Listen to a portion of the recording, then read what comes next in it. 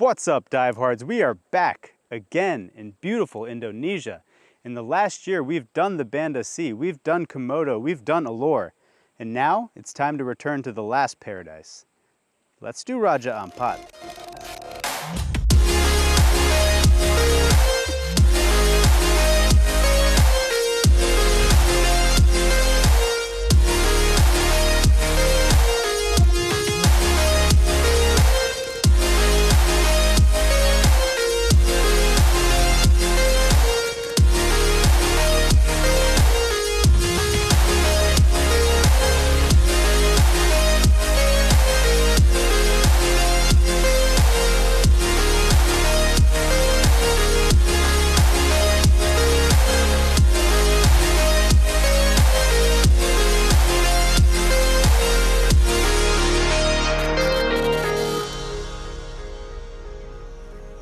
So after a grueling 54 hours of travel, I finally arrived in Sorong, where I was greeted by tons of familiar faces on the MV Samambaia. And man, this is still the most beautiful boat that I have ever been on. Not a bad way to experience the legend that is Raja Ampat. It's nicknamed the Last Paradise, Indonesia's crown jewel, the greatest dive destination on the planet. There's a ton of hype surrounding Raja, and for good reason. You see, Raja is located in the heart of what is known as the Coral Triangle, which is a region of the world that consists of Indonesia, the Philippines, Malaysia, Papua New Guinea, the Solomon Islands, and East Timor.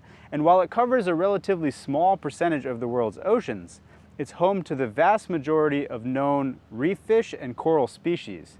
And Raja is located right smack in the center of the triangle, close to the mouth of the Pacific Ocean.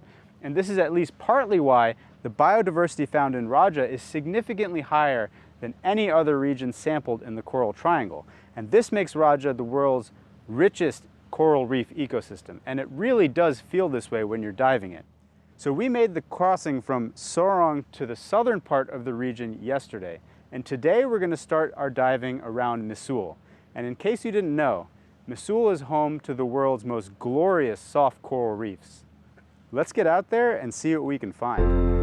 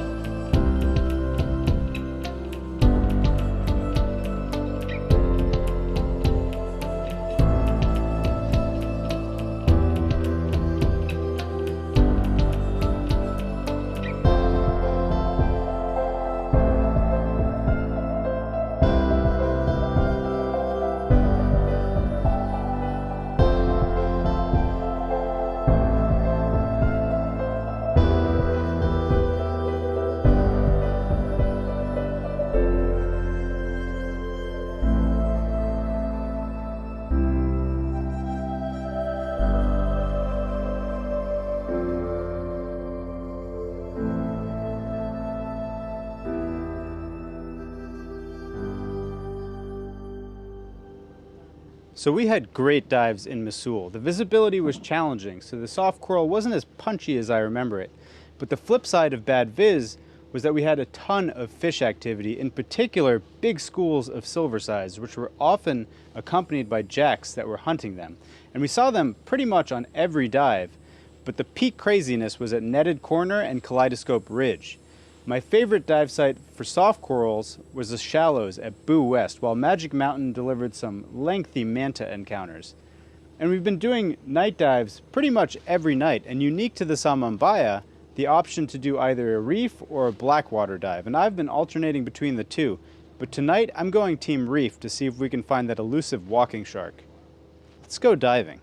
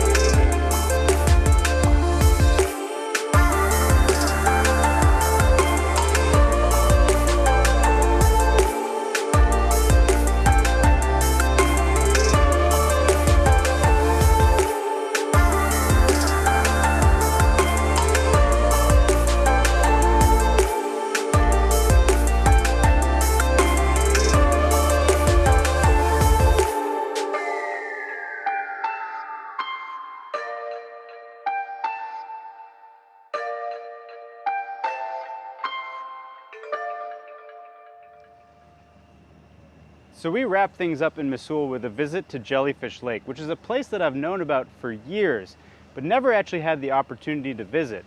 And wow, there are a lot of jellyfish. 10 out of 10 recommend if you're okay with the semi-treacherous climb up and down to the lake. And now we're actually in central Raja Ampat in the Dampier Strait, which is home to some of the most famous dive sites in all of Indonesia. And I'm personally looking forward to revisiting Melissa's Garden, Cape Cree, and Manta Ridge, all of which hold a special place in my heart. And these days you never know how a dive site will hold up over time. So I'm hoping that the coral and the reef life is as healthy and abundant as I remember it. So we're going to be starting our diving off around the island of Penemu and then working our way east through the Dampier Strait to finish up our itinerary in Cree. Let's see what Raja Ampat is all about.